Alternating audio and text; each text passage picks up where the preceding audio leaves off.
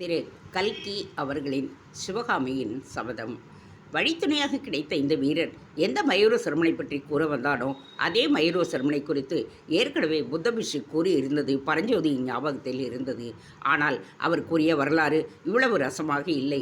இந்த வரலாற்றை அவர் கூறியதன் நோக்கமும் பரஞ்சோதிக்கு பிடிக்கவில்லை. அந்த மயூர சர்மனை போய் ஒருவேளை நீயும் ஆனாலும் ஆகலாம் என்று புத்தபிஷு கூறியது பரஞ்சோதியின் மனதில் அருவருப்பைத்தான் உண்டு பண்ணியது. ஏன் மயூர சர்மன் போலவே அவனுக்கு அருவருப்பு உண்டாக அது காரணமாக இருந்தது. ஆனால் இப்பொழுது மயூர சர்மன் செய்த வீர போரையும் உடம்பில் 36 காயங்களுடன் அவன் பல்லவ மன்னனின் முன்பு சென்று நிறுத்தப்பட்டதையும் அறிந்ததும் அவன் மீது பரஞ்சோதியின் மரியாதை பன்மடங்கு அதிகரித்தது. அப்பேற்பட்ட வீரன் பல்லவ மன்னனுக்கு சரணாகதி அடைய மறுத்துத்தான் இருப்பான். அரசனுக்கு எதிராக கலகம் செய்பவர்களை பூமியில் புதைத்து யானையின் காலால் இடரச் செய்வதுதான் வழக்கமாம். பல்லவ ராஜாவும் அப்படி செய்து விட்டாராக்கும் என்று பரஞ்சோதி மனக்கசப்புடன் கூறினான். இல்லை தம்பி, இல்லை. சாதாரணமாக அங்க வங்க கலிங்க காஷ்மீர காம்போஜ தேசங்களின் ராஜாக்களை இருந்தால் அப்படித்தான் செய்திருப்பர். ஆனால் காஞ்சி பல்லவ மன்னர்களின் காரியங்கள் ஒரு தனி போக்காகத்தான் இருக்கும். பல்லவ மன்னர் என்ன செய்தார்? மயூர சர்மனை மன்னித்ததோடு அவனுடைய வீரத்தை மெச்சி அவன் ஸ்தாபித்த ராஜ்யத்தை அவனுக்கே திருப்பி கொடுத்து விட்டார். அவரே நேரில் சென்று மயூர சர்மனுக்கு முடிசூட்டிவிட்டும் வந்தார். அப்படியா என்று பரஞ்சோதி தன் உண்மையான வியப்பை தெரிவித்துவிட்டு அதை குறித்து மயூர சர்மன் நன்றி பாராட்டினானா என்று கேட்டான். மயூர சர்மன் மட்டுமில்லை, அவன் ஸ்தாபித்த கதம்ப வம்சத்தில் பிறந்தவர்கள் எல்லோருமே சென்ற 200 வருஷத்துக்கு மேலாக பல்லவர்களுக்கு கப்பம் செலுத்தி கொண்டு நன்றியுடன் இருந்து வந்தனர்.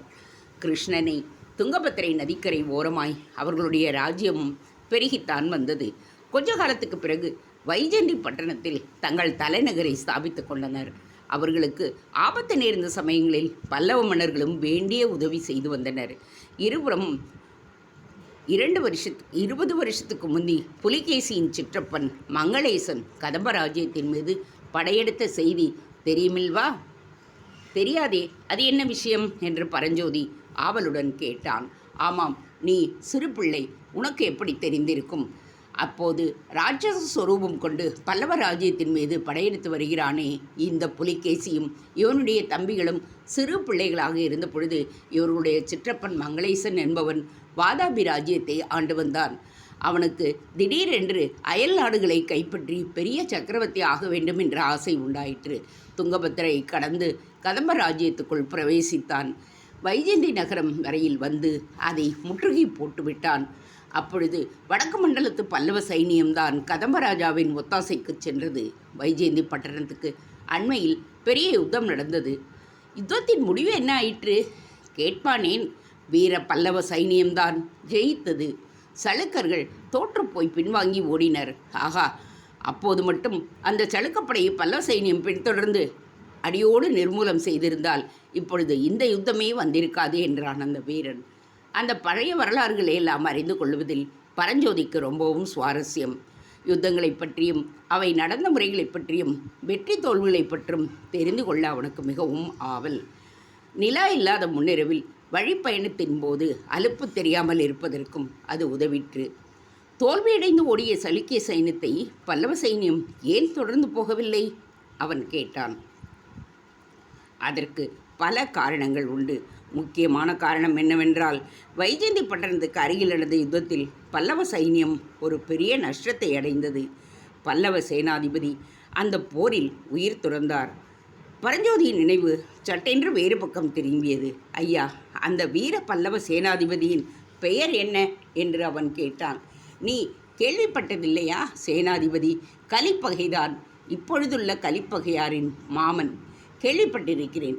அந்த வீர புருஷரை மனம் செய்து கொள்வதாக இருந்த திலகவதியாரை பற்றியும் நான் கேள்விப்பட்டிருக்கிறேன் என்று பக்தி பாவத்துடன் கூறினான் பரஞ்சோதி. உனக்கு எல்லாமே தெரிஞ்சிருக்கிறதே, நீ பெரிய சைவன் போலிருக்கிறதே என்றான் அந்த வீரன். ஆமையா, என் உற்றார் உறவினர் எல்லோருமே சைவர்கள். திருநாவுக்கரசு அடிகளை தரிசிப்பதற்கென்றே நான் கிளம்பி காஞ்சிபுரம் வந்தேன் என்று கூறி பரஞ்சோதி சட்டென்று நிறுத்தினான். அப்படியா தம்பி, நானும் சைவன்தான்.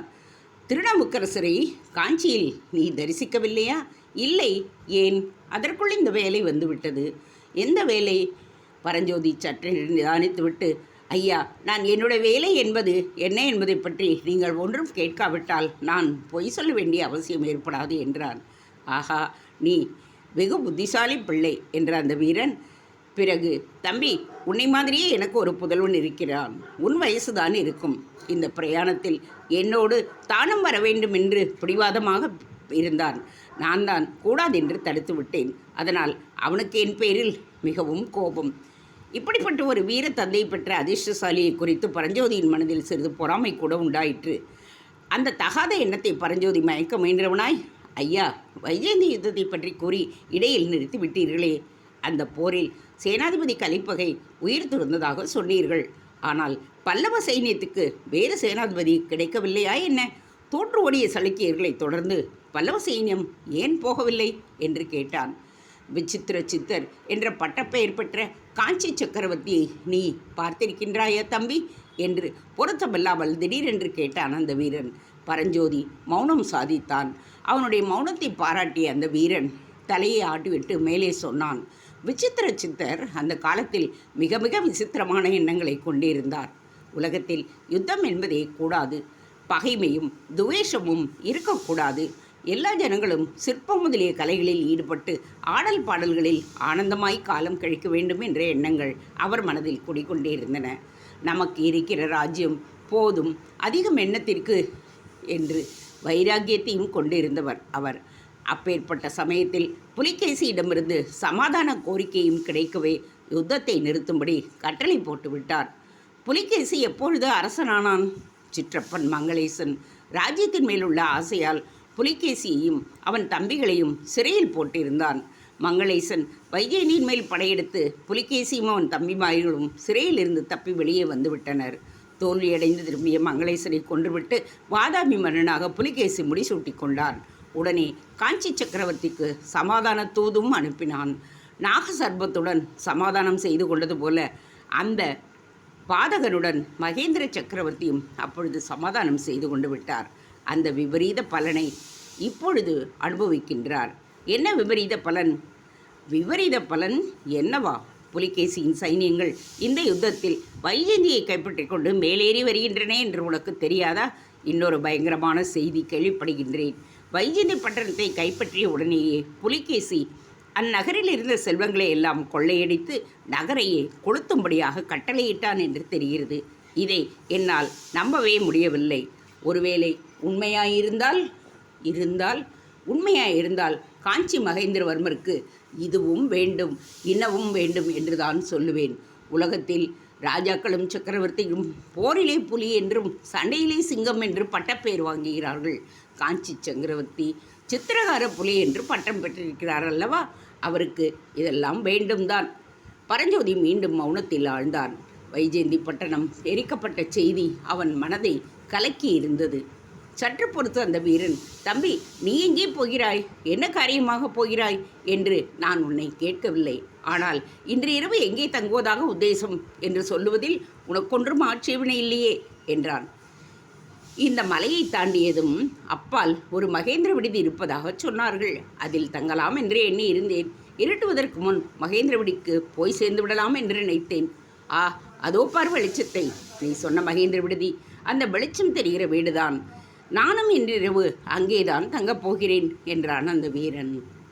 பிரயாணிகள் இருவரும் விடுதியை நெருங்கிய பொழுது அங்கே ஆயத்தமாக காத்திருந்த வீரர்கள் 4 கையில் உருவிய கத்திகளுடன் பளிச்சென்று முன்னால் வந்து நில் என்றார்கள்.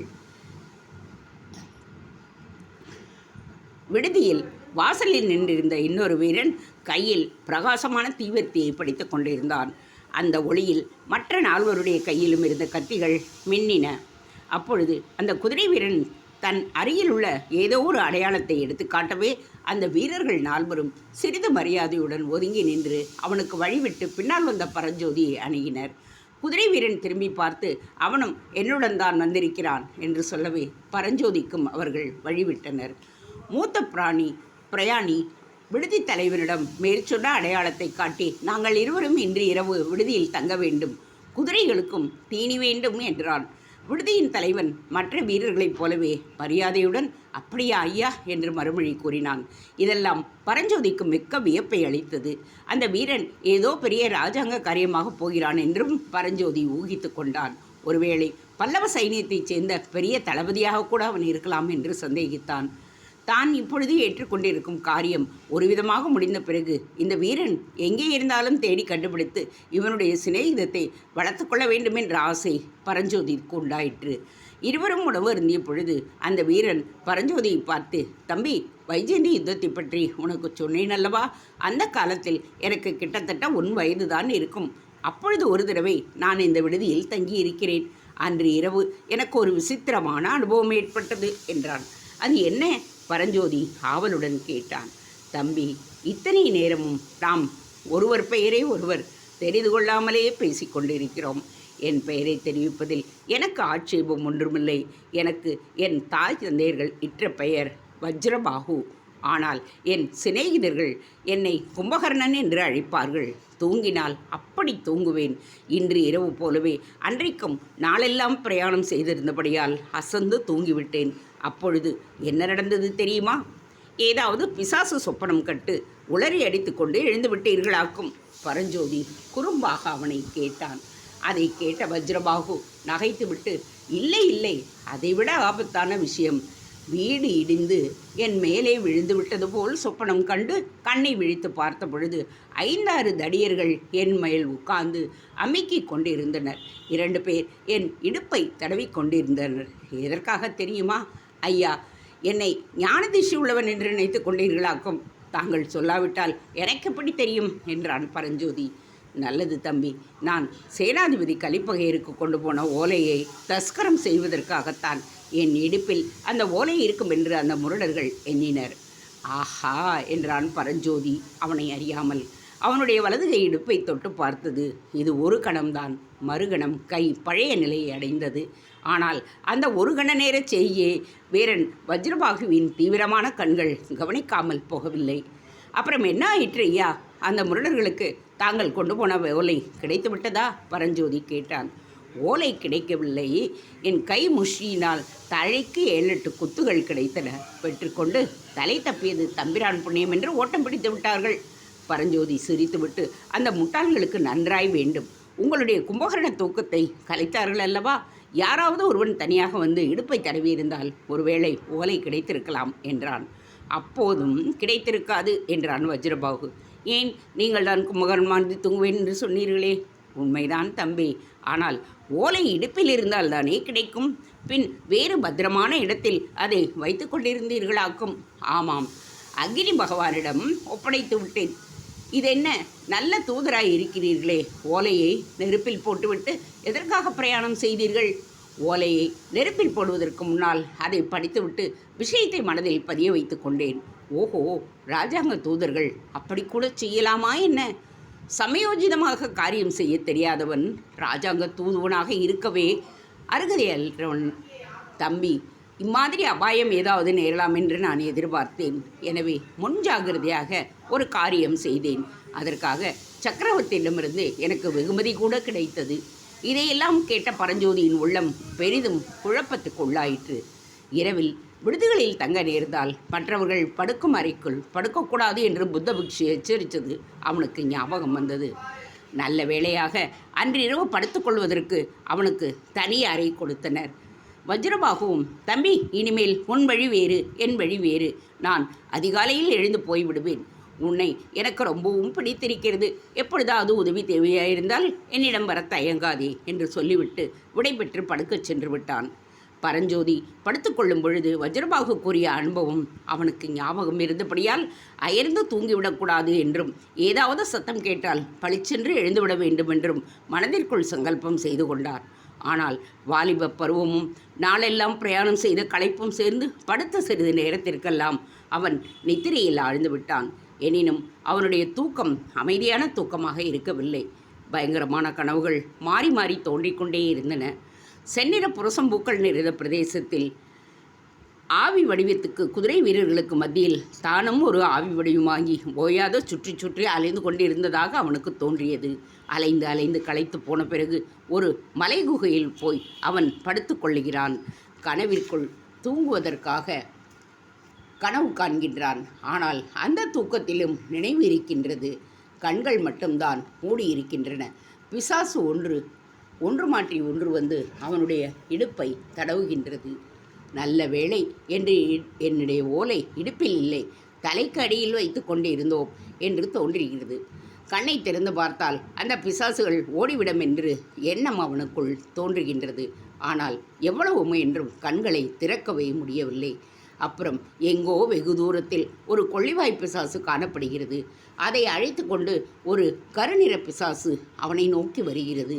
அருகே அருகே அவை நெருங்கி வந்து கொண்டிருக்கின்றன.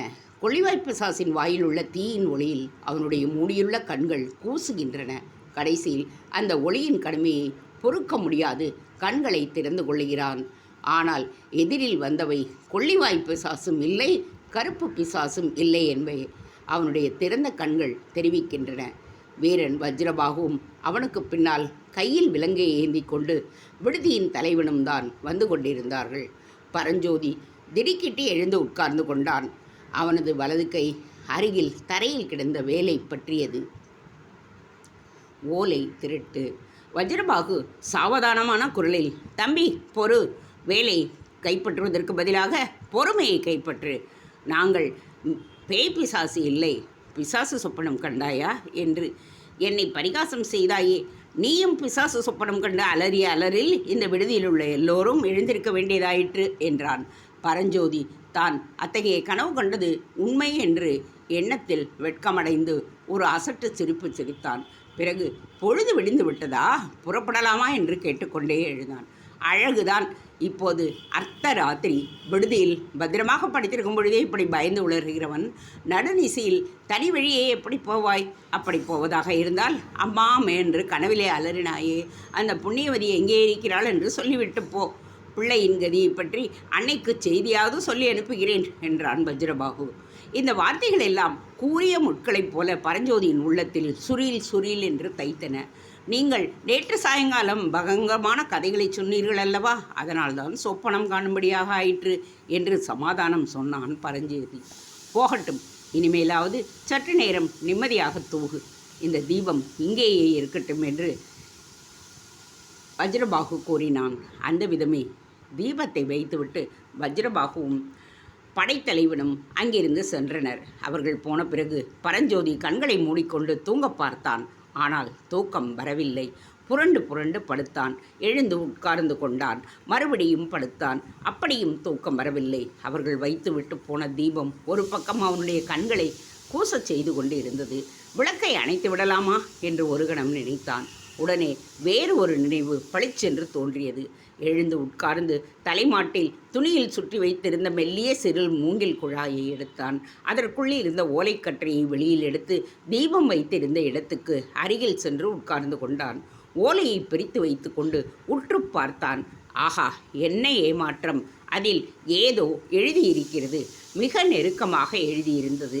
ஆனால் என்ன எழுதியிருந்தது அதுதான் தெரியவில்லை. அதில் எழுதியிருந்தது தமிழ் எழுத்து அல்ல, சமஸ்கிருதமோ பிராகிருதமோ பாலி பாஷையோ அது அவனுக்கு தெரியவில்லை. ஆஹா, கல்வி ஒருவனுக்கு எவ்வளவு அவசியமானது! தாய் பாஷை ஒன்று மட்டும் தெரிந்தால் கூட போதாது. ஒரு தேசத்தில் வழங்கும் மற்ற பாஷைகளும் தெரிந்திருக்க வேண்டும். இத்தனை காலமாக கல்வி பயிலாமல், தமிழை கூட நன்றாக பயிலாமல் காலம் கழித்து விட்டதை நினைத்து அப்போது அமர்ந்து வருத்தப்பட்டான் பரஞ்சோதி. இத்தனை காலம் கழித்து காஞ்சிக்கு கல்வி பயிலுவதற்காக கிளம்பி வந்தோமே, அதாவது நடந்ததா? நாம் வந்த சமயத்தில்தானே யுத்த குழப்பங்கள் எல்லாம் வர வேண்டும். இந்த ஆபத்தான காரியம் என் தலையிலா வந்து அமர வேண்டும். இப்படி எண்ணமிட்டு கொண்டே இருந்த பொழுது அவனுக்கு தூக்கம் வருவது போல இருந்தது. கண் இமைகள் களைத்து தாமாக மூடிக்கொள்ள பார்த்தன. தீபத்துக்கு அடியிலிருந்து எழுந்து ஏற்கனவே படுத்திருந்த மேடைக்கு போக பரஞ்சோதி எண்ணினான். ஆனால் அந்த எண்ணத்தை அவனால் நிறைவேற்ற முடியவில்லை. தூக்க மயக்கம் அவனை மீறி மேலோங்கியது. அப்படியே தரையில் படுத்தான். சிறிது நேரத்தில் நினைவற்ற நிலையை அடைந்தான். அவன் கையில் இருந்த ஓலை தரையில் கிடந்தது.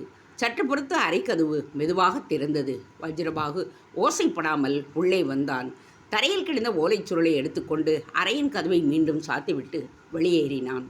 வெளியேறிய வஜ்ரபாகு 2-3 அறைகளை கடந்து சென்று விடுதியின் ஒரு மூலையில் இருந்த பெரிய அறைக்குள் புகுந்தான். அங்கே குத்துவிளக்கு ஒன்று எரிந்து கொண்டிருந்தது. அதன் அருகில் பரஞ்சோதியிடமிருந்து அபகரித்து கொண்டிருந்த ஓலையை கவனமாக படிக்கலானான். முதலில் சற்று நேரம் அவன் ஏட்டையே உற்று பார்த்து கொண்டிருந்தான். அப்பொழுது அவனுடைய புருவங்கள் நெறிந்தன, நெற்றி சுருங்கியது. சில சமயம் மேலே நிமிர்ந்து கூரையை நோக்கிய வண்ணமே யோசித்தான். சில சமயம் கையை நெறித்து கொண்டு பூமியை நோக்கிய வண்ணம் சிந்தித்தான். சற்று நேரம் தீபத்தை உற்று நோக்கி கொண்டிருந்தான்.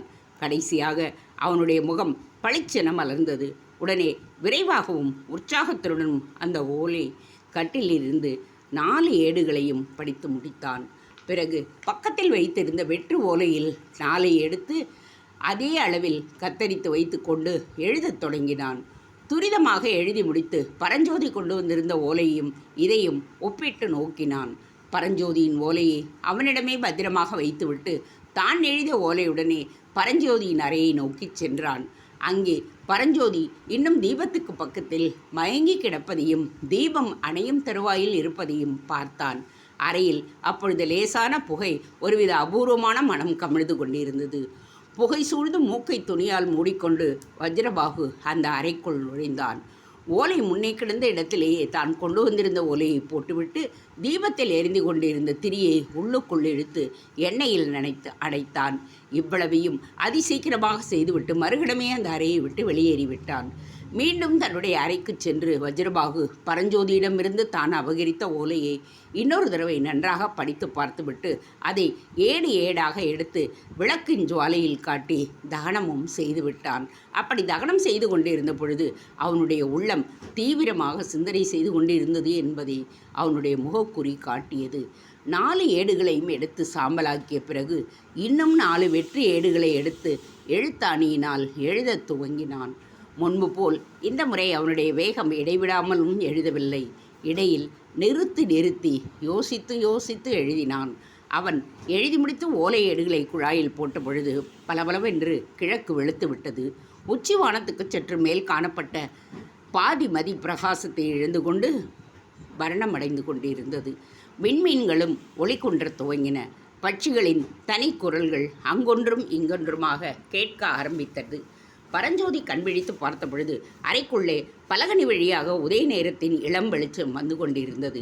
அருகில் தரையில் கிடந்த ஓலையை ஆர்வத்துடன் தாவி எடுத்துக்கொண்டு உடனே அதை குழாயில் போட்டு இடுப்பில் சொருகி கொண்டான். முதல் நாள் இரவில் அவன் பயங்கர கனவு கண்டது. வஜ்ரபாகுவும் விடுதி தலைவனும் வந்து விளக்கு வைத்து விட்டு போனது. தூக்கம் பிடிக்காமல் விளக்கெண்டே வந்து படிக்கத் தொடங்கியது. கண்ணை சுற்றி கொண்டு தூக்கம் வந்தது ஆகிய எல்லாம் அவனுடைய நினைவுக்கு வந்தன. இன்றைக்கும் தலை லேசாக சுற்றி கொண்டுதான் இருந்தது. வயிற்றிலும் கொஞ்சம் சங்கடம் இருந்தது.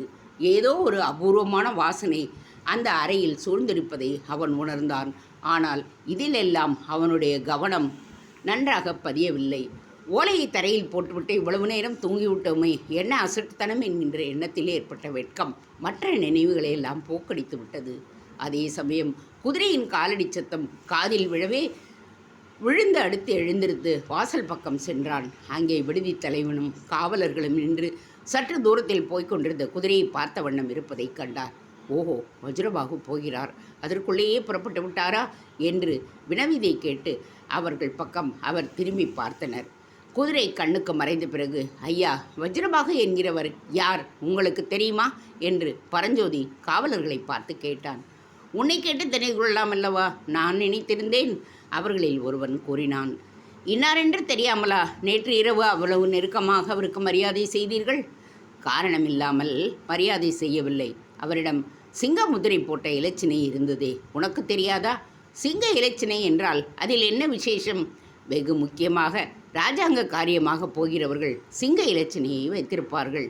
காவலர்களில் ஒருவன் அவர் யாராக இருக்கும் என்று மற்றவர்களை பார்த்து கேட்டான்.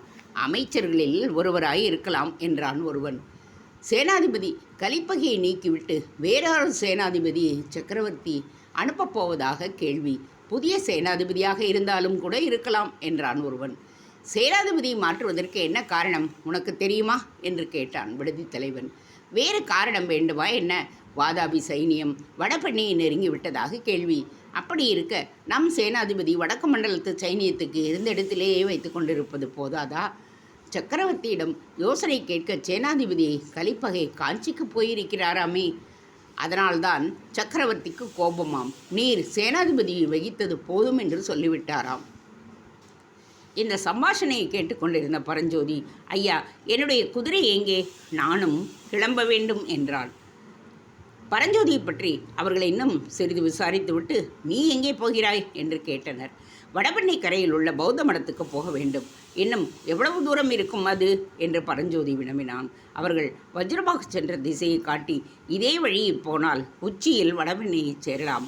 அங்கிருந்து கரையோடு மேற்கு மார்க்கமாக போக வேண்டும். போனால் பாபாகினி நதி வடபெண்ணையுடன் கலக்கும் இடத்தில்தான் பௌத்த மடம் இருக்கிறது என்று கூறி அவருடைய குதிரையையும் கொண்டு வந்து கொடுத்தார்கள். பரஞ்சோதி குதிரை மீதேறி கிளம்பிய பொழுது, அரடா, வஜ்ரபாகவும் இதே வழியில்தான் போகிறவராய் இருக்க சற்று முன்னாலேயே எழுந்து அவருடைய கிளம்பி இருக்கலாமே. அவருடன் போயிருந்தால் வழி பிரயாணம் எவ்வளவு உற்சாகமாக இருந்திருக்கும். களைப்பே தெரியாமல் கதை கேட்டுக்கொண்டே ஆனந்தமாக பிரயாணம் செய்திருக்கலாமே என்று எண்ணமிட்டான்.